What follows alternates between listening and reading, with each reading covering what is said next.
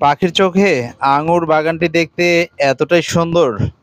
ডান পাশে টালা তৈরি করা হয়ে গেছে লোহার অ্যাঙ্গেল দিয়ে।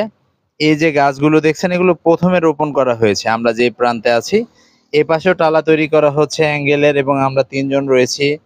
এ পাশে ছোট ভাই, সে এখানেই থাকে, বাগান দেখাশোনা করে এবং বাগানের পরিচর্যা করে। গাছগুলো রোপণ করা হয়েছিল ঠিক রোজার শুরুতে। রোজার শুরুতেই রোপণ করে অনেক গাছে কিন্তু ফুল এসেছে, কোনো কোনো গাছে ফলও ধরেছে। এখন চলছে তাদের মাচা তৈরির কাজ।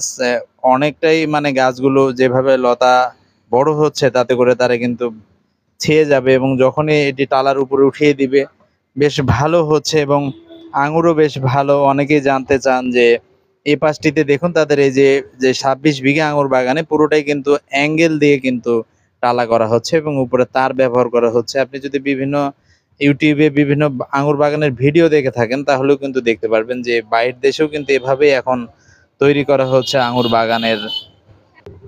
পুরো জমিতেই চলছে মাচা তৈরির কাজ। এখানে ব্যাপক ব্যয়বহুল কিন্তু একটা বাজেট করেছেন, যেহেতু তারা 2 বিঘা জমিতে আগে আঙুর বাগান তৈরি করেছিলেন, সেটির ফল ভালো হয়েছে এবং সেই ফল তারা বিক্রি করছেন।